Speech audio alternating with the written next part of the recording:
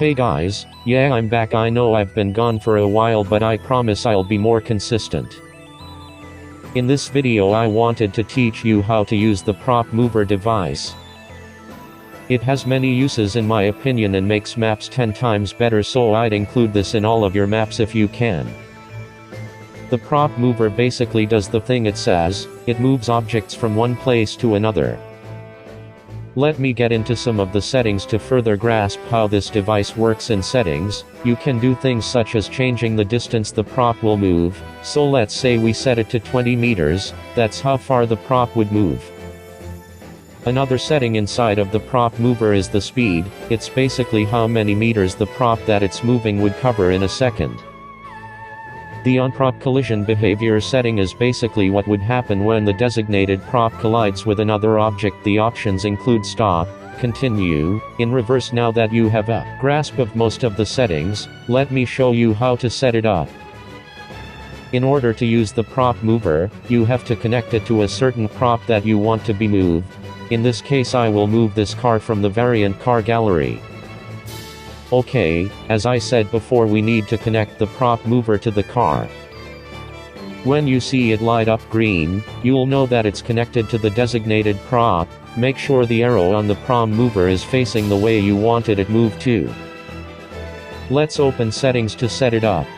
For the distance, you can set this to whatever, but for me I'm gonna set it to 5 meters just for an example, and also the speed I'm going to make it go to meters per second. Once again, you can make this whatever you want. For the AI collision damage I'm gonna set it to 0 since there's no AI involved. Player collision behavior I'm gonna make it continue. And for prop collision, I'm going to make it continue. Obviously you can change the settings to your liking based on your map. And once the path is completed I'm going to make it stop.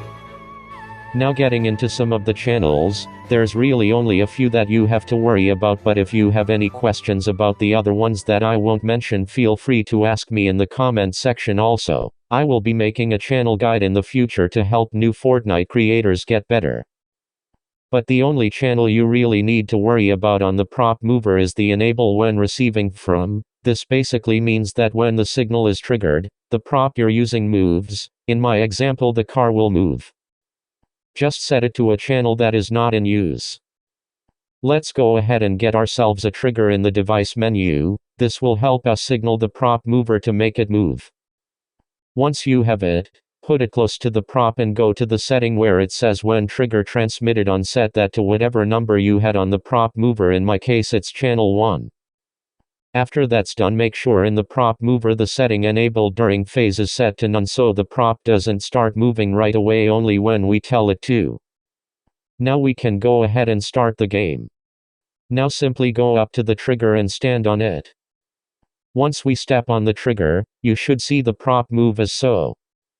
Also, you don't need to use triggers. You can also use things such as sequencers, buttons, etc. And that's how you use the prop mover inside of Fortnite creative mode. Remember to subscribe if this works so I know I'm creating good content. Also, comment any problems you have if any, and thanks for watching. Bye.